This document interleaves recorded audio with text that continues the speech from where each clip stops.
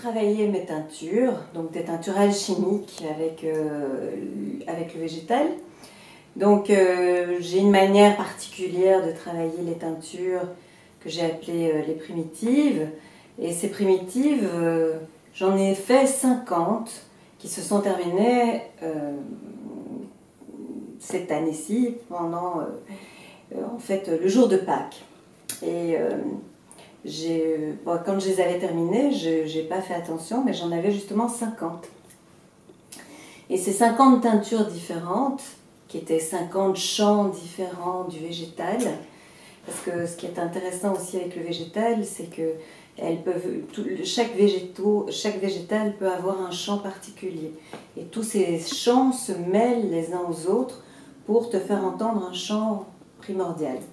Et donc ces primitives-là, elles m'ont fait entendre des histoires, elles m'ont raconté des choses, et tout ça par la vibration ou par l'odeur, parce que c'est une manière particulière de travailler ces teintures. Alors je me suis dit, mais comment est-ce que je vais parvenir à communiquer toutes ces histoires que chacun de ces végétaux m'ont raconté? Comment est-ce que je vais arriver à communiquer toutes ces histoires? Et puis, en fait, c'est arrivé très simplement. Un jour, ces teintures ont commencé par la peinture, sans intervention de ma part, à imprimer des couleurs lumière qui racontaient des choses particulières. Et donc, ça a été la naissance des éthynourotes. Alors, c'est parce que j'ai un très grand ami, un très bon kabbaliste, qui m'a trouvé ce nom. Éthynourote, en fait, c'est de l'araméen. C'est du féminin, Etsinoura, Etzinurot. Etsinoura au singulier, Etzinurot au pluriel. Et c'est une combinaison de Etz, l'arbre, de Tzinour, la peinture, de Nour, la colonne de lumière, de Tinour, les sentiers, les merveilleux sentiers. Et le tout ça faisait cette appellation particulière de ces peintures que vous avez vues, qui donc découlent des teintures végétales et qui donc racontent toute une histoire, tout un champ du monde. Et la préparation, c'est une teinture alchimique. Donc moi, je travaille les teintures alchimiques d'une manière particulière. C'est-à-dire dans mon représenté, avec mes contes, avec ma manière de travailler l'alchimie, avec cette cabale si chère à mon cœur.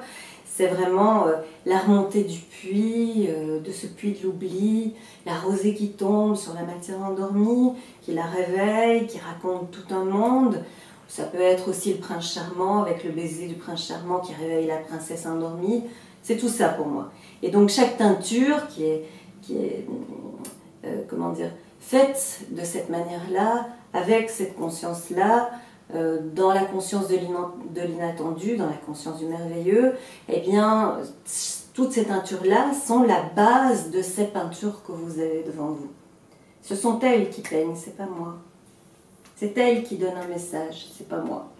À un moment donné, il y a une teinture que je vais faire, qui va me raconter, quand je vais la travailler de cette manière alchimique, comme je vous l'ai dit, elle me raconte toute une histoire.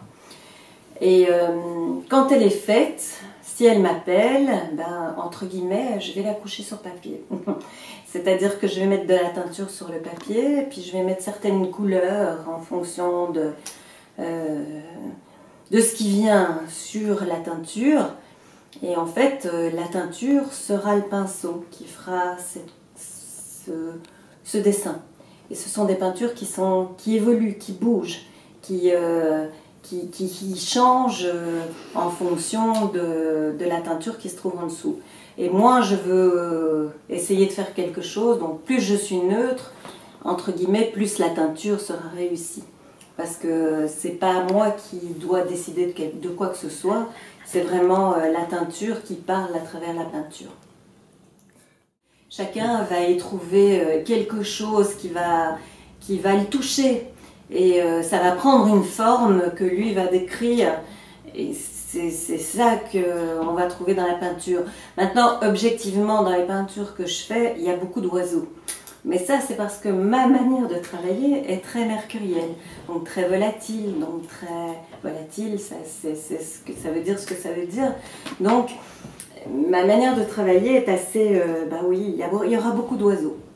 Et c'est pas voulu, mais dans toutes mes peintures, il y a beaucoup d'oiseaux ou beaucoup de plumes.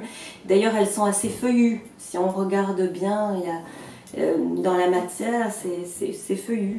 Je sais pas dire autre chose. Et comme c'est pas, finalement, c'est pas moi qui le fais, ben, c'est la teinture qui prend cette forme et cette matière. Quand je vois la beauté qui se raconte là-dedans, sans que je ne sois, sans que j'y sois pour quoi que ce soit, et quand je vois tout ce que ça peut prendre comme beauté, moi je sais pas, tu vois, ça, je sais pas expliquer ce que ça fait chez moi, mais ça me touche énormément, et donc, bon, moi je parle beaucoup du merveilleux, mais ça je trouve ça merveilleux. Alors, le faire, tu sais, avoir la mémoire de choses qui sont merveilleuses, de le faire souvent, de voir sous tes yeux éblouis qu'il y a des choses qui se racontent indépendamment de ce que tu es, et d'avoir accès à cette histoire avec un grand H qui se raconte devant tes yeux émerveillés. Moi, à force de voir ça, que c'est pas un coup, tu vois, une fois un truc isolé, mais que c'est à répétition, ça ne peut que te faire entrevoir quelque chose de plus grand. Et donc ça, c'est du merveilleux. Très belle conclusion. Super.